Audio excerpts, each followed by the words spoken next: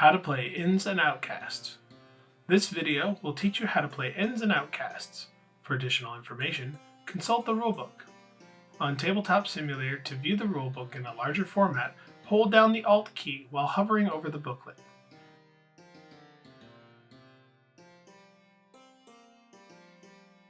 In addition, there's a pop-out feature that will allow the booklet to take up a fixed position on your screen. This video will be broken up into chapters for easier navigation. Step 1. Setting up the game. Ins and Outcasts is designed for 3 to 8 players. Each player will need the following: a table setting card, a matching target token, and a playmat. The playmats are optional, but are highly recommended for first-time players. Players will need to choose their seating, or in the case of Tabletop Simulator, which color they would like to be. Finally, each player will need a set of character cards. There are 12 character cards, each with their own traits and abilities. Players must select one card of each initiative to use for the game. Initiative is the large number in the upper left corner. The goal of the game is to earn the most money you can as quickly as possible. To make your selection in Tabletop Simulator, press the F key while hovering over the card you wish to flip, taking it out of your hand by dragging and dropping it onto the table. Cards in Tabletop Simulator will automatically stack if placed close to each other. To pick up an entire stack, hold down with the left click for a short time before dragging and dropping.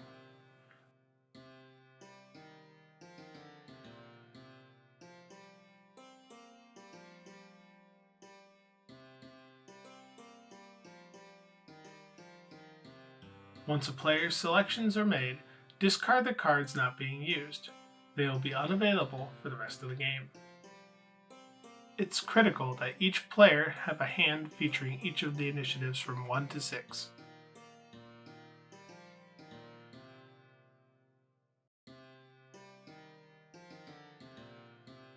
Step 2. Playing a turn.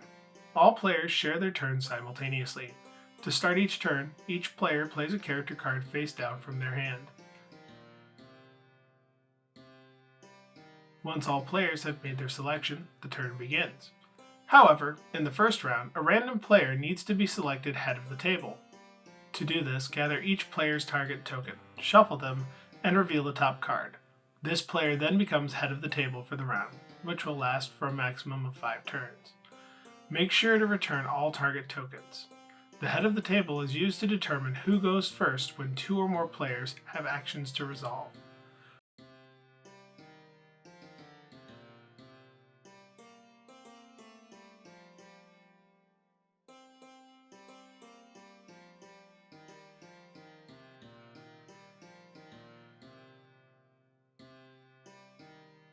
Once all players have placed a character card face down, start counting up initiatives from 1 to 6. When your card's number is called, flip over the card to reveal them. When a card is revealed, they gain starting gold equal to the gold icon on their card. For example, this thief earns 2 gold, which is placed on the table setting card.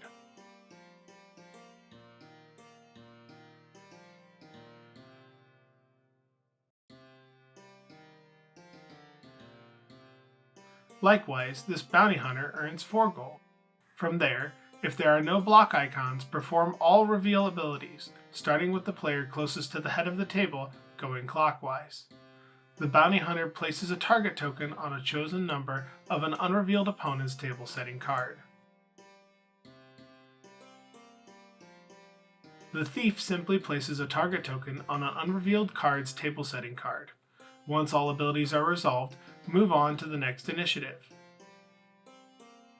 At Initiative 2, we see a guard and a monk. Taking a closer look at the guard, they must resolve all target tokens on their table setting card before they can take their starting gold. This is resolved in order based on the player's token and how close that player is to the head of the table. In this case, the bounty hunter would resolve their token first. Since they did not correctly guess the card's initiative value, their ability does nothing.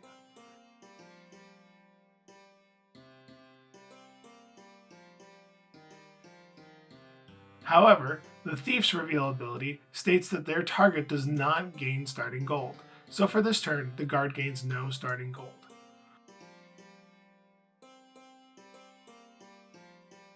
The monk has no target tokens on his card and gains his 2 starting gold. Both the monk and the guard have block icons that are then resolved. They may each block one character of Initiative 1 in range. Range is determined by the player's table position. They may target cards up to 2 positions to the left or the right. Block cards are turned 90 degrees to show that they are blocked.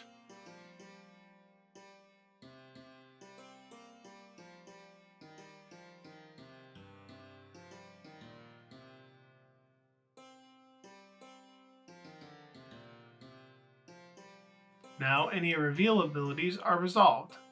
The monk may spend his starting gold to move a target token in play onto himself.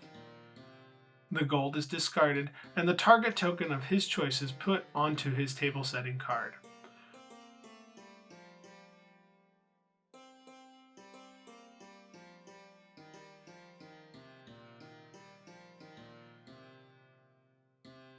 From there we move to the next initiative, which reveals a bard and some cultists. Each card gains their starting gold.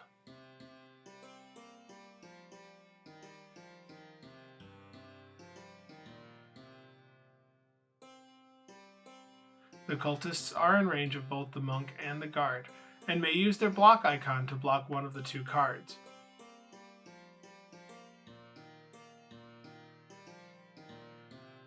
The bard is not in range of either the monk or the guard. Since neither of these cards have reveal abilities, once their block icons are resolved, the next initiative begins.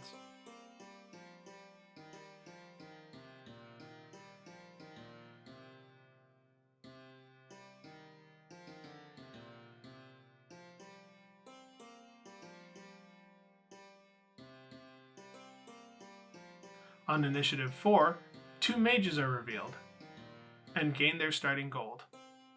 Since these are the last 2 cards that have yet to be revealed this turn, the turn ends once the block icon choices are resolved.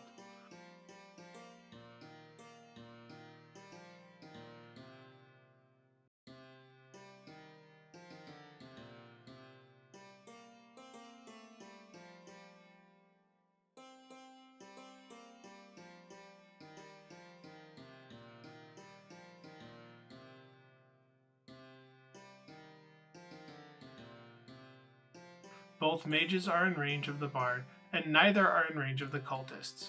As a result, one of the 2 players chooses to block the bard. A character can only be affected by a block if they are not already blocked. Blocked characters do not gain their loot ability at the end of the turn. Ending the turn. This ends the turn, allowing all unblocked characters to score their loot abilities. This can be done simultaneously, but for this demonstration, we will show it in order based on the head of the table.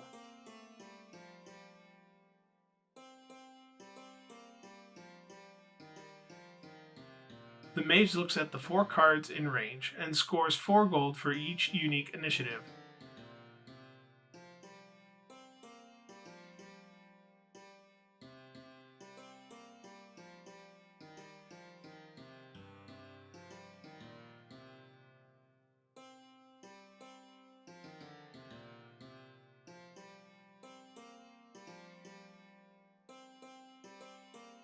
The Thief and Bounty Hunter have matching initiatives, and would each count for points if they were scored for matching, but since this is looking for unique initiatives only, the Bard and Mage count.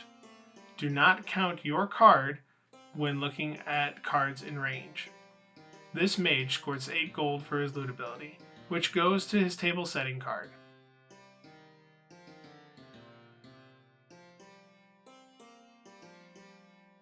The other mage actually has 4 unique initiatives in the cards in range, and scores a whopping 16 gold.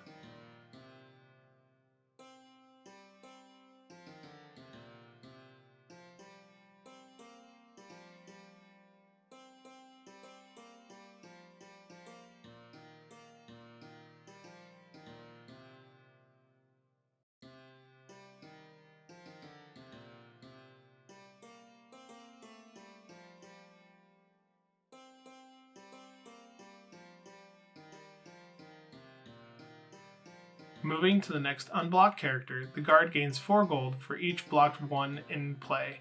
Their ability does not care about range.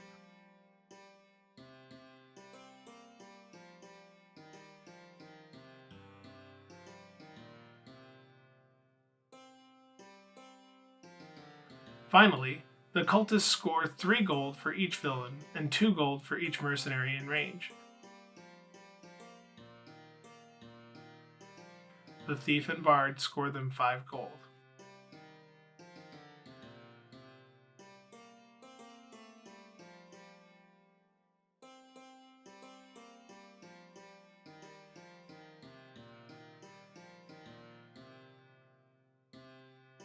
Once loot abilities are resolved, players take their gold from their table setting cards and put it into their player hoard. There are snap points for each denomination in Tabletop Simulator. The amount of gold a player has is public and should be answered if asked. A character may get 0 gold if they are blocked and have been hit with a target token. Gold placed in the player hoard scores for points and cannot be removed or used to pay for abilities.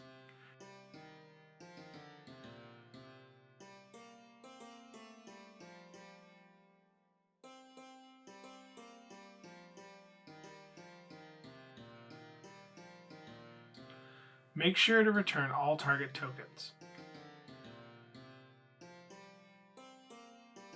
Each player takes the card they played and places it in their discard. The playmat is a suggestion, but what really matters is that the cards are visible, face up, and have their initiatives showing.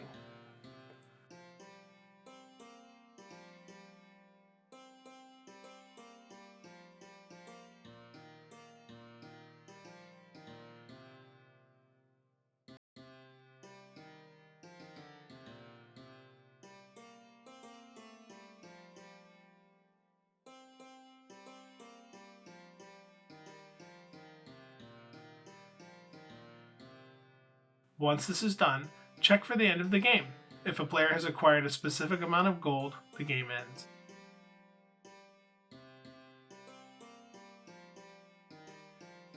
This changes based on the number of players.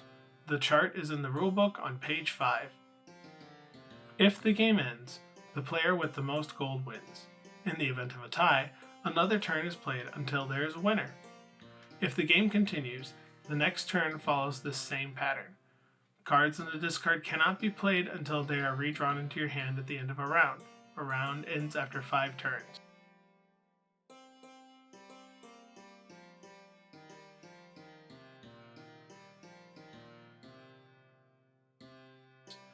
During the end of a round, 2 things occur. Players reacquire their discarded cards, and the head of the table token is passed clockwise. This concludes the how-to section. Next we will talk about some specific abilities. Auction. The goblins have a unique ability that starts a bidding war. The winner of the bid gets to choose whether or not the goblins block all cards in range, or if they choose to not block any other cards at all. The bidding starts with the goblins, and only gold on the table setting card can be used to bid. Each player, in order clockwise, is given the choice to increase the bid or pass. Once a player has passed, they cannot increase the bid later.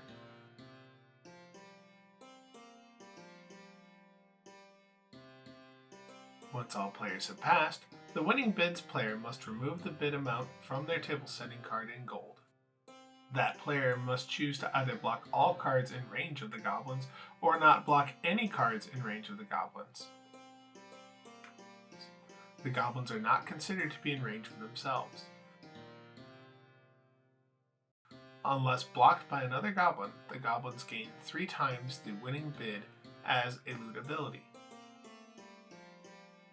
Matching values. The bard gains 3 gold for each card with a matching initiative value in range. Whenever a card is looking for a matching trait in range, look at all cards in range of this card. If any cards have matching values in the desired trait, each card in the matching group is counted for points. If there are multiple groups with matching values, so long as they match to at least one other card, they are considered to be matching. Unique values. If a card is looking for unique traits in range, do not count any cards that have matching values for points. Only cards that have unique values for the trait the card is seeking are counted. This concludes our video on how to play Ins and Outcasts. Thank you so much for joining.